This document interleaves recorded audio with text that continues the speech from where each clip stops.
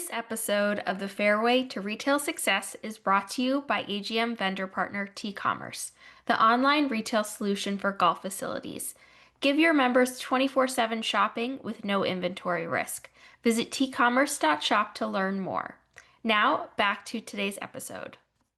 Hello, retail pros, and welcome back to another episode of the Fairway to Retail Success.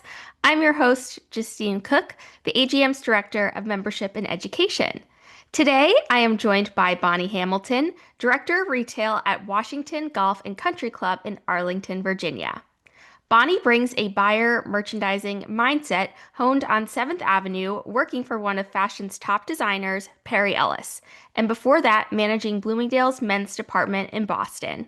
When Bonnie relocated to Washington, D.C., she saw the opportunity to bring fashion to golf and turn golf shops into mini boutiques that could be real profit centers.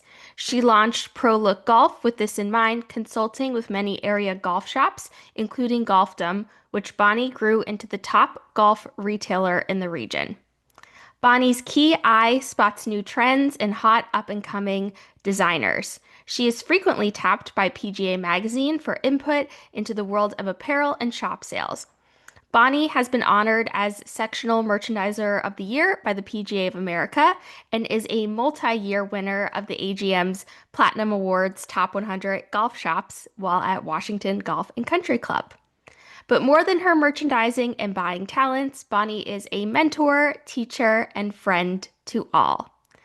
Bonnie, thank you so much for being here for today's podcast. Hi, Justine. Oh, it's good to be here. Hi. Thanks for having me. Awesome. So I know I went over a little bit of your background there, but can you take us through your career journey? How did you get started in golf retail, and how did it eventually lead to your current role at Washington Golf and Country Club? Yes, absolutely. I grew up in New Jersey, and I understand you did as well. Yes. Whereabouts? Somerset County? Okay, all right. So I was Westfield, and Okay. as we're near New York, and New York is just such a fun place, and I think that's where I got the bug for fashion, and I just loved going into the city, feeling the excitement, going into the stores to see how they were displayed.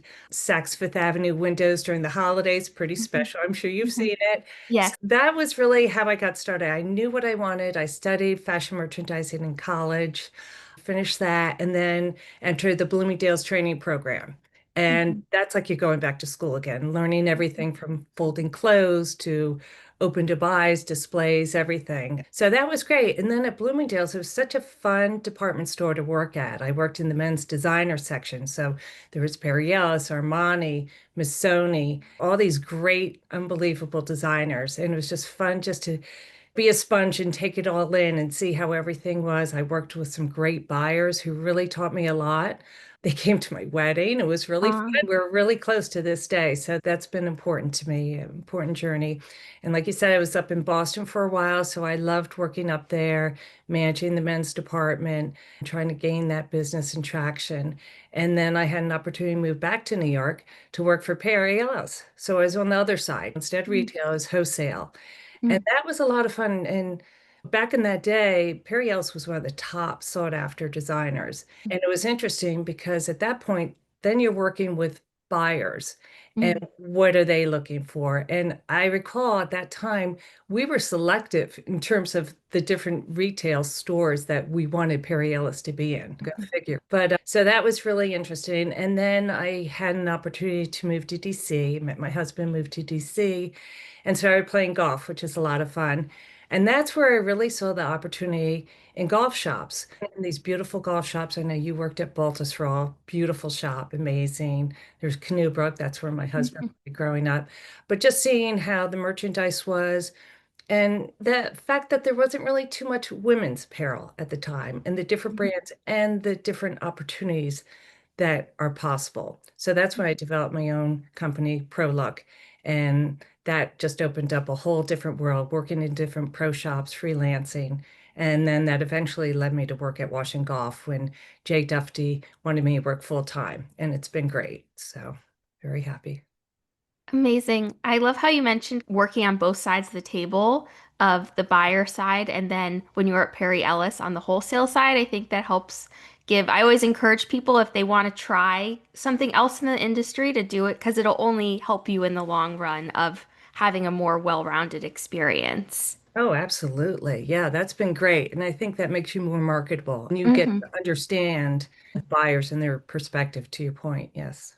Absolutely. And I also wanted to call out that you mentioned the Bloomingdale's training program. I had a lot of classmates when I graduated from college who went into those Oh, amazing programs at Bloomingdale's and Macy's and those big retailers, and they really do such an amazing job for that mainstream retailer. And again, it is that continuing education. It's like they're leaving college and going right into more training.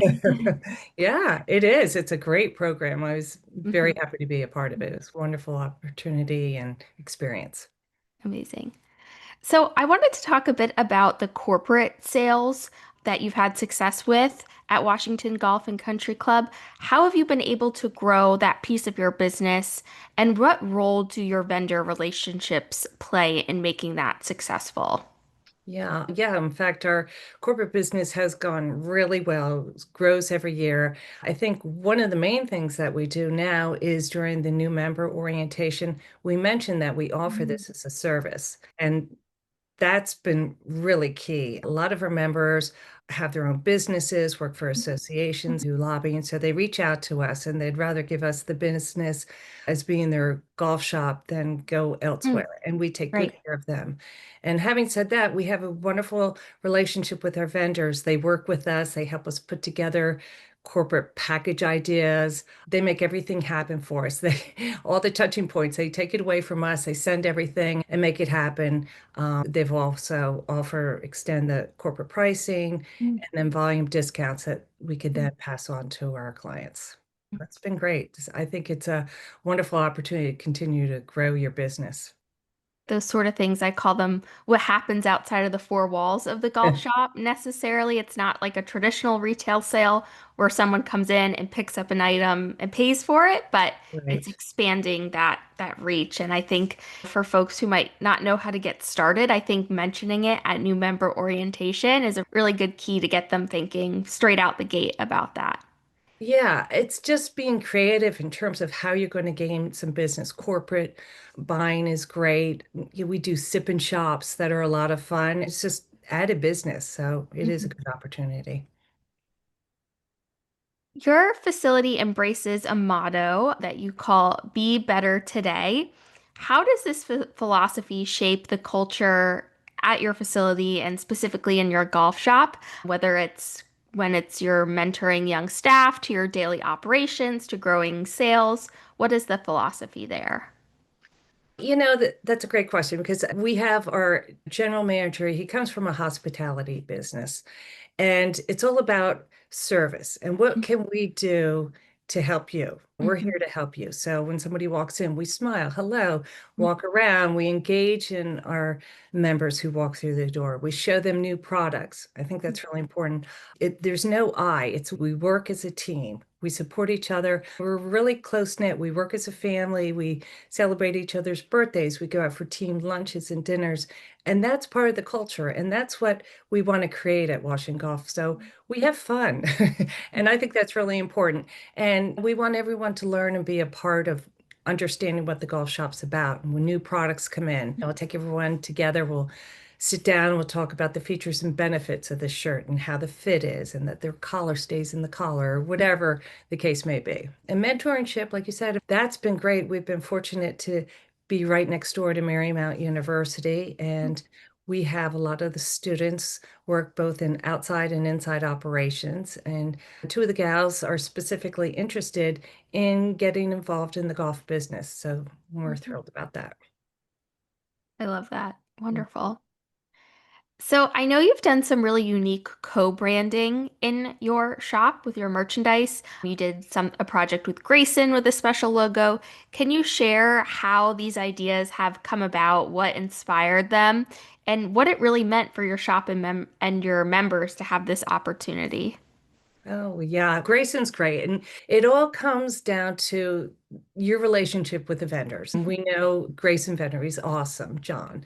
And he approached us and said, "What do you think?" And I was like, "Absolutely." So we took the Grayson Wolf logo, we superimposed our shield logo in it. And it was a heat seal. It was silver. It looked great. And we just did a 48 pieces, put it out there, did an email blast, create a little buzz, and they flew out. And then we did a reorder. And I think I'm on my fourth reorder now, getting ready for the holidays, but it's been really great. And it was so funny. I had this one member, he was playing golf at this golf shop or golf club out in Canada.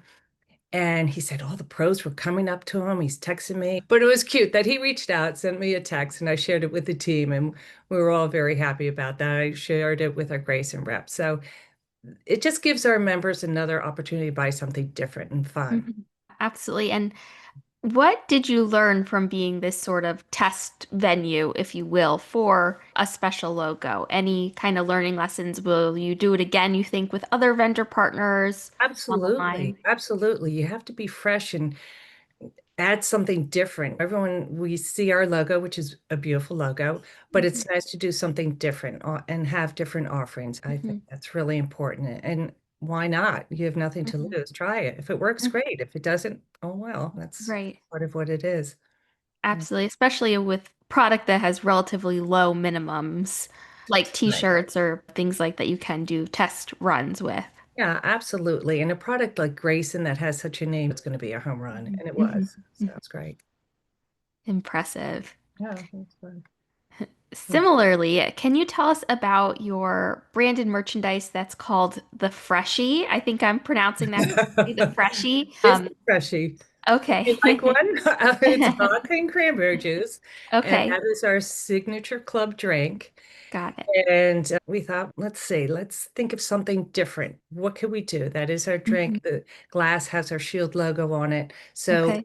we worked with Imperial and they made a little insignia for us. And we had 72-piece minimum, which we're hoping to do well. A hat's relatively inexpensive. Let's try it.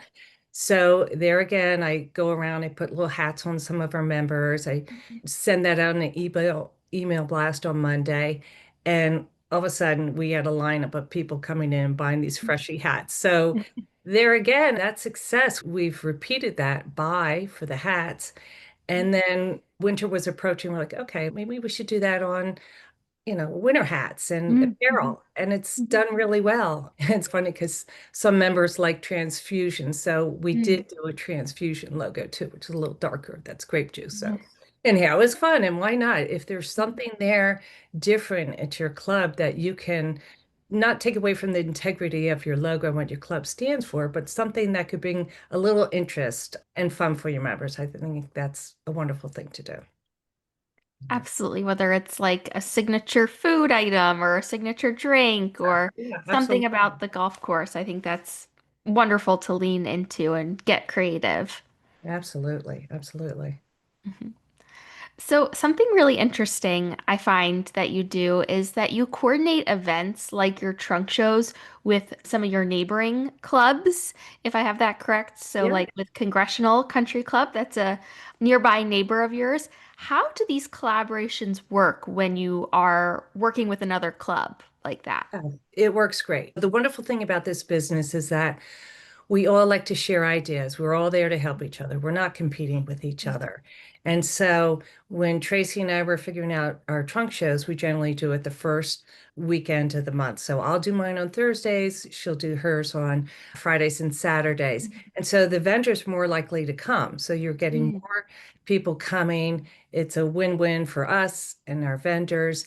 And mm, it's been really very successful. And there are other times that we work together with other area clubs. The buyers will do joint collective buys together. Say a vendor's mhm, coming to town, has limited time. I'll invite everyone over to Wash and Golf. We'll sit down, we'll see the line, we'll have lunch. Oftentimes we call each other for ideas, suggestions. That's what it's all about. And the AGM has really done a good job about that and trying to let everyone know we're here for you and we want to help you. And that's what we need to do. Absolutely. Thank you. Thank you. And I think that's really a good approach, especially for the trunk shows, to maybe get that greater buy-in from the vendor of coming, if it involves travel for them, that they'll be able to do more while they're in your local area there. Oh, absolutely. They're looking forward to it. We Mhm. already have our lineup already. Oh, We're that's we're awesome. good to go. Mhm. Yeah. Yeah. Awesome. And what tips do you have for other shops, other people in other locations who might be looking to collaborate or dip their toe into that with their neighboring golf facilities? How could they really get started and start building that better, stronger collaborative relationship with them? Yeah, I think it's important to reach out and work together. And then, like, for instance, when a vendor will come to see me and they'll see somebody, Kathy at Woodmont or Mhm. wherever, I'll be like, come by, show me the line, and do you mind staying around doing a sip and shop? So they're there anyhow, and then we open up the golf shop and we set up tables and we'll market it, but it's spontaneous. It's a fun little offering to do. So I think it's important to work with each other and share ideas. And if a vendor's coming to town, how else could we use that vendor and utilize them being in town and we can all work together and Mhm. creating something special? Absolutely. I love seeing groups of buyers organize amongst themselves and have that relationship, which it seems like you ladies in the DC area Oh, we definitely do. do. Yeah, absolutely. Lee had a bunch of gals over and we were all hanging out in the ladies' locker room when we saw the Williams collection. Oh, And nice. she broke out some champagne. We had fun, and that's what it's all Mhm. about. We're sharing ideas and saying, "Oh, I think that'd really work for me," and trying Mhm. things, and even going to other people's pro shops and seeing how they Mhm. display things and ideas. You learn a lot, and I think that's really important. I love going to different pro shops and see how they merchandise things and what they find new and exciting, the vendors Mhm. that they are dealing with. So it's important. Absolutely. I think that's a good tip for our merchandisers if they're traveling or they're visiting somewhere. Try to stop by and see other golf shops, whether it's local to your region or if you're somewhere else. I'd agree. There's always something to learn. Yes, absolutely. What motivates you each day in golf retail, and how do you hope to inspire your team and maybe other merchandisers in your area or younger merchandisers getting started in their career moving forward?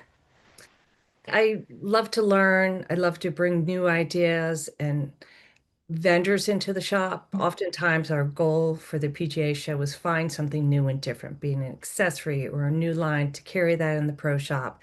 And oftentimes, we'll find one or two, and it'll be great, and we'll just introduce it and see how it does. And even something, if a vendor, let's say, was coming by to show us the line, like for instance, it was Sunday Red. I'm like, okay, let's try it. Brought it in, did really well and unexpected. And we did well with the shoes. The guys really like the shirts and the shoes. And we've reordered it. And the sales rep will be at our holiday party. It's that sort of thing, just trying new things, giving new vendors a chance and designers. They could be up and coming. I was at the Atlanta gift show and I found this really cool line, designer leather bags that were all put together. And I went small and rather conservative and they sold out immediately. Just try new things and different things. And your golf shop is a mini boutique. And if you look at it that way, sure, it's about apparel, but it's lifestyle and other things that you can add in your shop that people want. You want to be that one go-to place where people are going to buy and support your shop. Yes, I always thought of a shop as a mini department store when I was a merchandiser, so having a little bit of everything. Absolutely. Absolutely. Mhm. And I'm so glad you mentioned trying new and up and coming vendor partners as well. That's so important and important to us here at the AGM is giving those up and coming vendor partners a chance and also giving them feedback on what worked, what didn't. I think again, it's a way to collaborate and help one another. Great to hear that you're looking at places like the Atlanta gift market for those new up and coming small brands. Yeah, we found a great candle there, and it's a waxing candle, and it's a lotion and a candle, and that's just been doing really well. It'll be especially good during the holidays. Mm, Yeah. wonderful. Yeah. So, golf retail is always evolving. From your perspective, What trends do you see shaping the future of golf shops in 2026 and beyond? Trends, innovations, vendors, styles, what have you? Yeah, there's a lot out there. Golf was really responsible for the performance fabric. So golf started that. They did the SPF, that and a lot of shirts. As far as emerging trends, I feel that the lifestyle apparel will continue to be really strong. It's Mhm. just not all golf apparel in your shop. So Right. lifestyle's been strong. I also think that the overall feeling and dress codes of golf will relax a little bit. I know for washing golf, for instance, we do permit hoodies. Um, Mm. and they're not the big sweatshirt ones that you wear at the gym. They're nice ones from Peter Millar and Johnny O and Grace and Holderness and Bourne. Polo, don't want to forget them. And then we will allow modified joggers. So they have to have belt loops Okay. that. And I think that's important because you're going to get people who feel comfortable on and off the course wearing these things. And Mhm. that's been an important, hoodies has been really taken off incredibly. And you have different fabrications, SPF to big quilted hoodies. And yeah, I think you have to be open-minded for that. I think retro always has a little place. We've carried some retro pieces. We have two different logos. So the circle logo is a throwback logo. And so we've started doing that with some apparel. And people are really interested in that. So that's been good. Different hats, fabrications. And then yeah, always just seeing what's out there, see what's new. And there are different lines, and I think that's important. I love Williams Athletic. That's a great collection. For All did really well. Just tried it, and we'll see how it goes. I think you need just to see what's out there and find something and believe in it and just give it a go.